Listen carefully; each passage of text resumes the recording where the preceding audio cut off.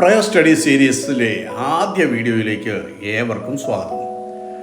ഒരു 5 വയസ്സുകാരൻ എല്ലാ ദിവസവും സ്കൂളിൽ നിന്നും വീട്ടിലെത്തുമ്പോൾ വിശപ്പുണ്ടെങ്കിലും ക്ഷീണമുണ്ടെങ്കിലും സങ്കടമുണ്ടെങ്കിലും സന്തോഷമാണെങ്കിലും ആദ്യം അവൻ്റെ അച്ഛൻ്റെ അടുക്കൽ ഓടിച്ചെന്ന് അന്നത്തെ വിശേഷണം മുഴുവൻ പങ്കുവയ്ക്കും. എന്നിട്ടേ അവൻ യൂണിഫോം പോലും മാറുകയുള്ളൂ. എന്തുകൊണ്ടാണ് ഈ കുട്ടി ഇങ്ങനെ ചെയ്യുന്നത്? ആ അച്ഛനും മകനും തമ്മിൽ ഒരു ആത്മബന്ധമുണ്ട്. എനിക്ക് വേണ്ടി പ്രാർത്ഥിക്കണേ, കുടുംബത്തിന് വേണ്ടി പ്രാർത്ഥിക്കണേ എന്നൊക്കെ പലരും നമ്മളോട് പറയാറുണ്ട്. ഒരുപക്ഷെ പ്രാർത്ഥിക്കണമേ എന്ന് പറയുന്ന വ്യക്തിയോ അല്ലെങ്കിൽ പ്രാർത്ഥിക്കാമെന്ന് ഏൽക്കുന്ന വ്യക്തിയോ ഇവർക്ക് ആദ്യം ചില പ്രാർത്ഥനയെക്കുറിച്ച് വ്യക്തമായി അറിയണമെന്നില്ല. പ്രാർത്ഥന എന്താണെന്ന് അറിയണമെന്നില്ല. അതുകൊണ്ട് പ്രാർത്ഥന എന്താണ് എന്ന് നാം ആദ്യം ചിന്തിക്കാം. മനുഷ്യൻ ദൈവത്തോട് നടത്തുന്ന ജീവനുള്ള സംഭാഷണമാണ് പ്രാർത്ഥന. അത് ചത്തതല്ല, ജീവനുള്ളതാണ്. പ്രാർത്ഥന വെറും അപേക്ഷ സമർപ്പണമല്ല. പിന്നെയോ പ്രാർത്ഥനയിൽ ആരാധന ഉണ്ടാകണം. ആ പ്രാർത്ഥനയിൽ നന്ദി പറച്ചിലുണ്ടാകണം. ആ പ്രാർത്ഥനയിൽ പാപങ്ങളുടെ ഏറ്റുപറച്ചിലുണ്ടാകണം. ആ പ്രാർത്ഥനയിൽ ദൈവഹിതം അന്വേഷിക്കണം. ആ പ്രാർത്ഥനയിൽ ദൈവത്തിൻ്റെ ശബ്ദത്തിനായി ഹൃദയം തുറക്കണം.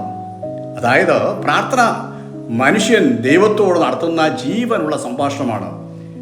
ഇതൊരു മതത്തിൻ്റെ ചടങ്ങല്ല, ആചാരവും. യേശുക്രിസ്തു പറഞ്ഞു, സ്വർഗ്ഗസ്ഥനായ പിതാവേ എന്ന് വിളിച്ചുകൊണ്ട് പ്രാർത്ഥന ആരംഭിക്കാൻ. മത്തായിയുടെ സുവിശേഷം 6-9 വാക്യം. അതിനർത്ഥം പ്രാർത്ഥന ഭയത്തിൽ നിന്നോ ഉണ്ടാവേണ്ടതല്ല, ഭയത്തിൻ്റെ ഭാഷയുമല്ല. അത് സ്നേഹത്തിൻ്റെ ഭാഷയാണ്, ആ ആത്മബന്ധത്തിൻ്റെ ഭാഷയാണ്. പ്രാർത്ഥന മനുഷ്യനോ അല്ലെങ്കിൽ മതമോ ഒന്നും കണ്ടുപിടിച്ച ഏർപ്പാടേയല്ല. അത് കേവലം ഒരു ചടങ്ങിന് വേണ്ടിയോ അല്ലെങ്കിൽ ഒരു ആചാരത്തിന് വേണ്ടിയോ നിർമ്മിക്കപ്പെട്ടതുമല്ല. പ്രാർത്ഥന ദൈവത്തിൻ്റെ ഹൃദയത്തിലാണ് ആരംഭിച്ചത്. സൃഷ്ടിയുടെ ആരംഭത്തിൽ ആദമും ഹവ്വയും നേരിട്ട് ദൈവവുമായുള്ള കൂട്ടായ്മയിൽ വസിച്ചു. ഉൽപ്പത്തി പുസ്തകം 2-ാം അധ്യായം 7-25 വാക്യങ്ങൾ. പാപം മനുഷ്യനെ ദൈവത്തിൽ നിന്ന് അകറ്റി, എന്നാൽ ദൈവം മനുഷ്യനെ ഉപേക്ഷിച്ചില്ല. വീണ്ടും ദൈവം തൻ്റെ കൂട്ടായ്മയിലേക്ക് അവരെ വിളിച്ചു.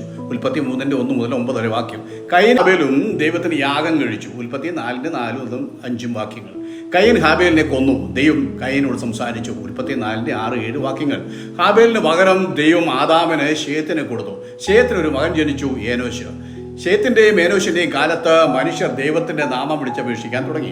ഉൽപ്പത്തി 4:26 നമ്മൾ ഇങ്ങനെ വായിക്കുന്നു. 44:26 നമ്മൾ ഇങ്ങനെയാണ് വായിക്കുന്നത്. At that time men began to call on the name of the Lord.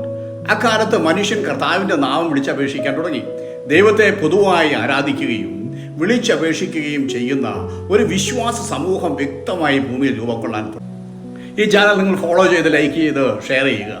അഭിപ്രായങ്ങളും പ്രാർത്ഥനാ വിഷയങ്ങളും നിങ്ങൾ കമൻറ്റ് ബോക്സിൽ പോസ്റ്റ് ചെയ്യുക.